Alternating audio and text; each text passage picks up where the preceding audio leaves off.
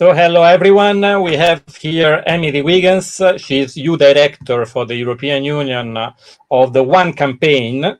The One Campaign is, well, I think that most of you know the One Campaign, but in case they don't know, you don't know, it's an attempt to oversee the work and processes for the investments needed to create the economic opportunities and healthier lives in Africa.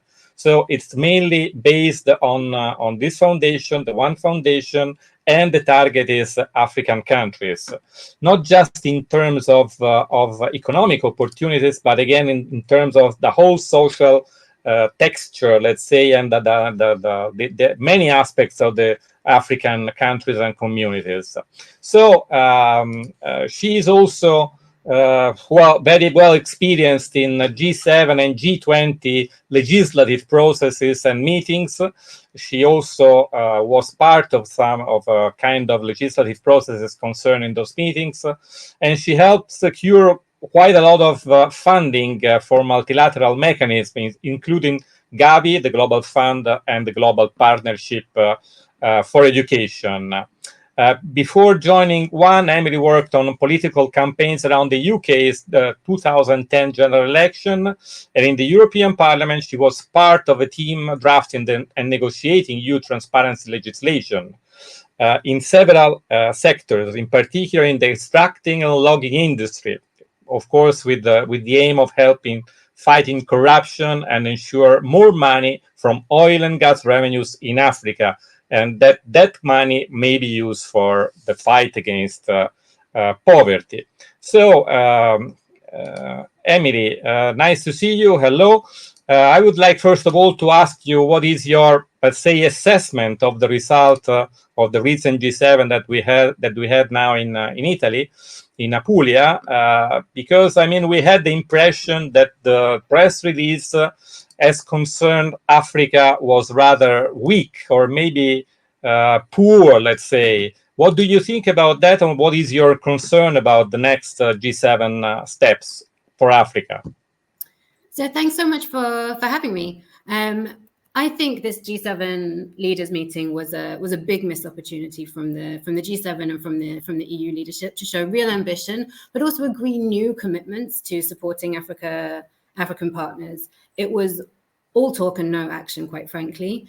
We saw really limited progress compared to the previous meeting of the finance ministers who met earlier in the year, and so. For me, the summit in Puglia felt more like pointless platitudes rather than the beginning of something that would catalyze real action. As for all the mentions of Africa and the increased promise of partnership between the G7 and the African continent, I mean, I counted over 60 references to Africa in the communique after the summit. Despite all of that, there were very few specifics on what new financing, if any, was going to be made available to underpin these commitments. And I think maybe it's helpful to look at health as a particular example. So in the case of health, the leaders used the summit to call for continued commitment to local vaccine manufacturing efforts, and said that they look forward to the replenishment of global health initiatives like Gavi, the Vaccine Alliance that you already mentioned in the introduction, which has immunized 1 billion children over the past 20 years and has ambitious plans to reach the next billion children in half that time. But these are two efforts that need, serious, significant funding. But the leaders came to the summit empty-handed on both of these issues. And at One yesterday, we published some new analysis showing that 98.9% of Africa's vaccine supply is produced outside of the continent, obviously then leaving Africans particularly vulnerable to things like supply chain disruption or even vaccine nationalism, which is something that we saw very, very starkly during the COVID pandemic. And so it's in response to this that African leaders have prioritized vaccine sovereignty, setting themselves a target to produce 60% of the continent's vaccine needs in Africa by 2040. But our analysis shows that to meet that target, that means producing 73 times more doses that are currently produced on the continent today. So it's a Herculean effort, but absolutely vital for the health of future generations. But did G7 leaders take any steps to move this agenda forward? No, we didn't see that in Puglia. Sorry to interrupt you, but just to make things clear to our viewers, let's say, you just published, I think you just published or recently published a report in which you underlined that the data for resources that are going from the EU to Africa have declined recently. Well, actually have almost constantly declined in the last 30 years, which is at odds with what is the increasing requirement of that continent, because I mean, there are still huge gaps in terms of not just GDP growth, but in terms of the welfare, of the quality and quantity, of course, but also the quality of infrastructures, of health system, of social networks, and many other things. So what is your explanation of this decrease that we witnessed in the last few years? So I think there's a few things. So let's start with the analysis, right? So indeed, we did some new analysis that we released ahead of the summit that shows that the G7's share of official development assistance or aid going to Africa is at the lowest level that it's been for 50 years. That's the G7 collectively plus the EU institutions. The proportion of aid that was going to the continent was at its peak in 2006, around 46% of kind of the G7's collective aid budget, but it's now dropped to about 25.8%, which is, and if we look specifically at Italy's share of aid to Africa, this is even below that collective baseline. It has dropped to 22.7%.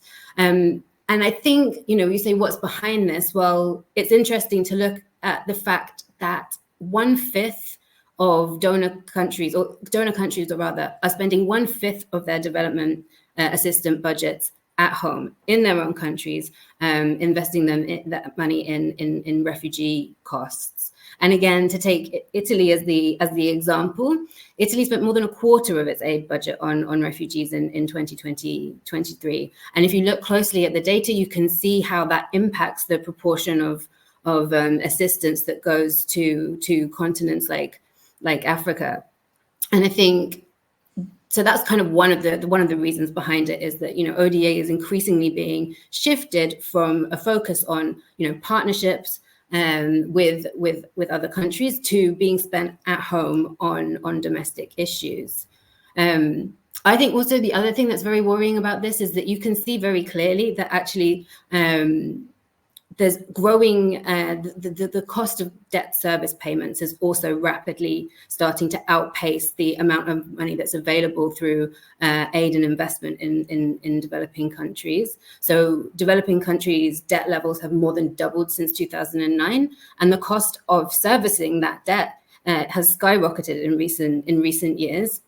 And so I think that all goes and underscores the fact that, when the G7 and the EU say they're prioritizing stronger partnerships with Africa, well, one's research shows that their words simply don't match up to their actions.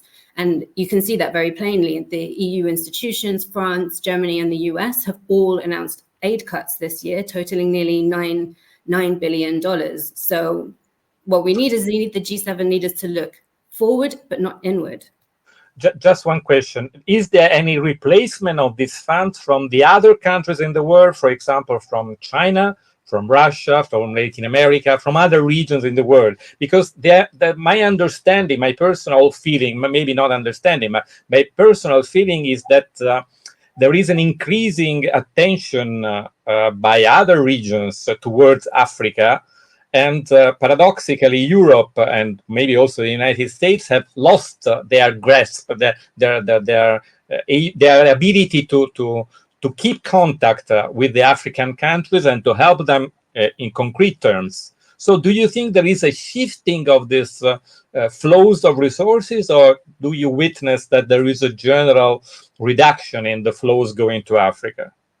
So I think what we're seeing is there is a continued trend in terms of like declining aid to the African continent and to least developed countries in particular. But I think you touched on an important point there, which is, African countries do find themselves with options, today. It's not just the EU or the United States that are, are keen to work and partner with Africa on different global challenges. There have been high-level forums and summits, between African leaders with Japan, with South Korea, with Turkey, with Russia and China, as you said.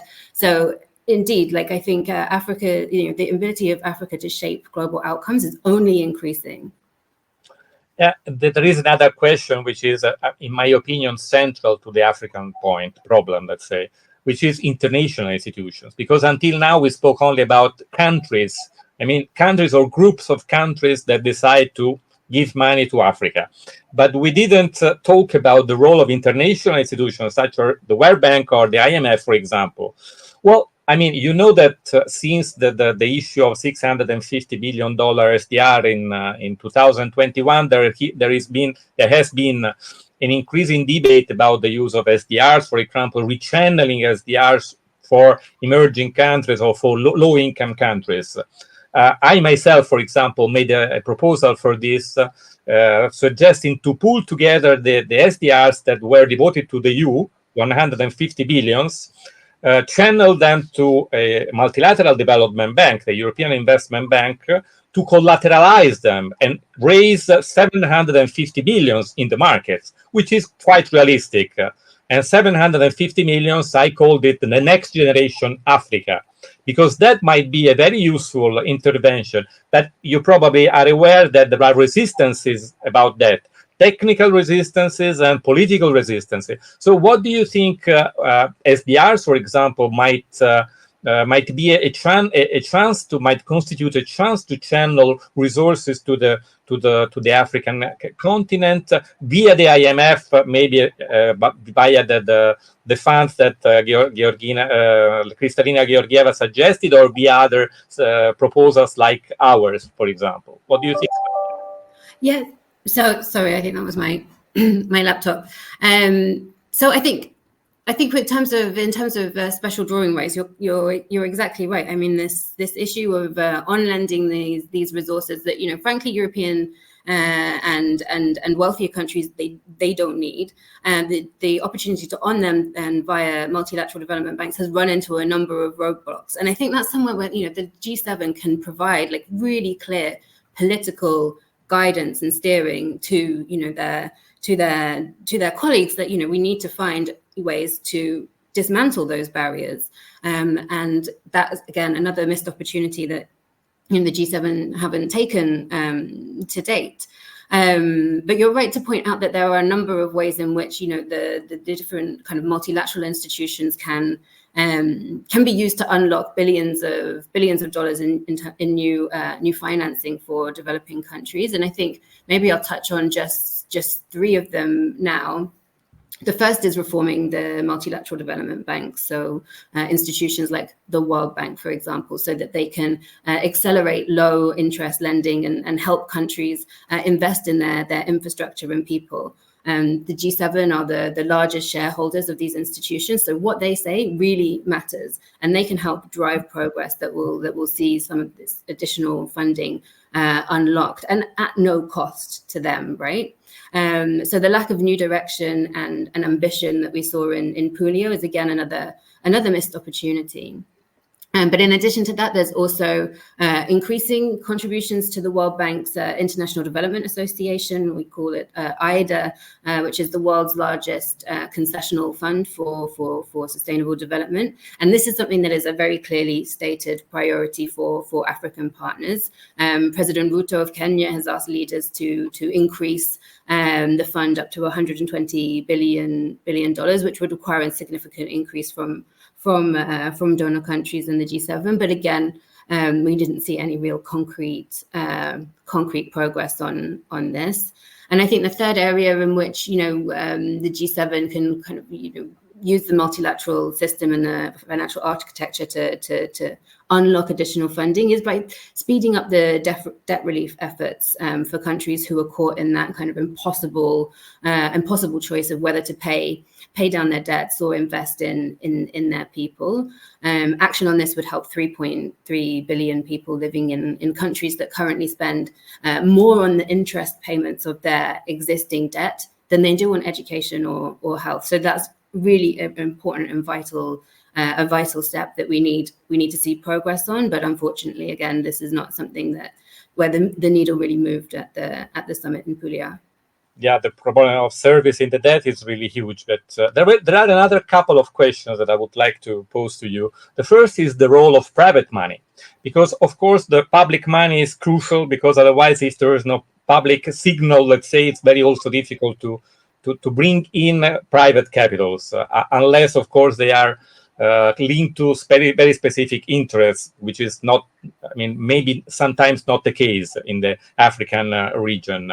The second point is, if you think that there should be an increasing strategic view from the whole Africa as a region, as a continent, not just as single countries, because this is also my perception that in the recent years, there has been a fragmentation and not enough, let's say, collective will emerging and ability to let's say, to discuss at the world level as a continent. So as a pole in a multipolar order, which is more or less emerging in the recent times. So what do you think about these 2 points?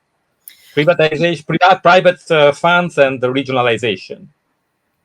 Yeah, I mean, I think private funding, as you point out, is absolutely critical. There's no way public money can, frankly, close the financing gap that is needed for the developing countries to achieve their climate and development goals. So that's absolutely something that needs to be addressed.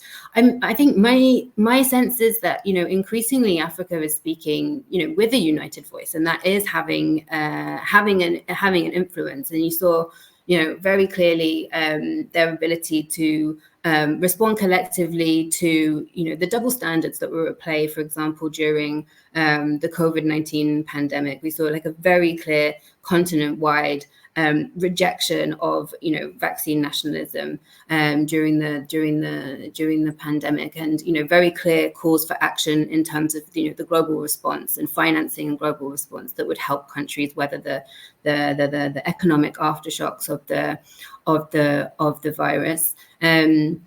So yeah, I think I do see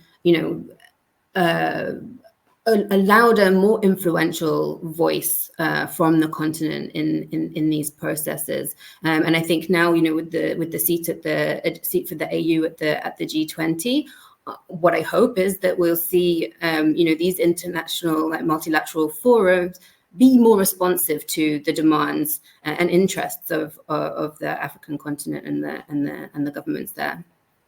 Well, thank you very much, Emily. It was a pleasure talking to you, and we will all support your campaign. Be sure about that. I don't know if there is anything special that you want to add, or otherwise, we thank you again, and great support for your One Campaign for Africa. Thanks a lot. Thank you so much. It was great to be here.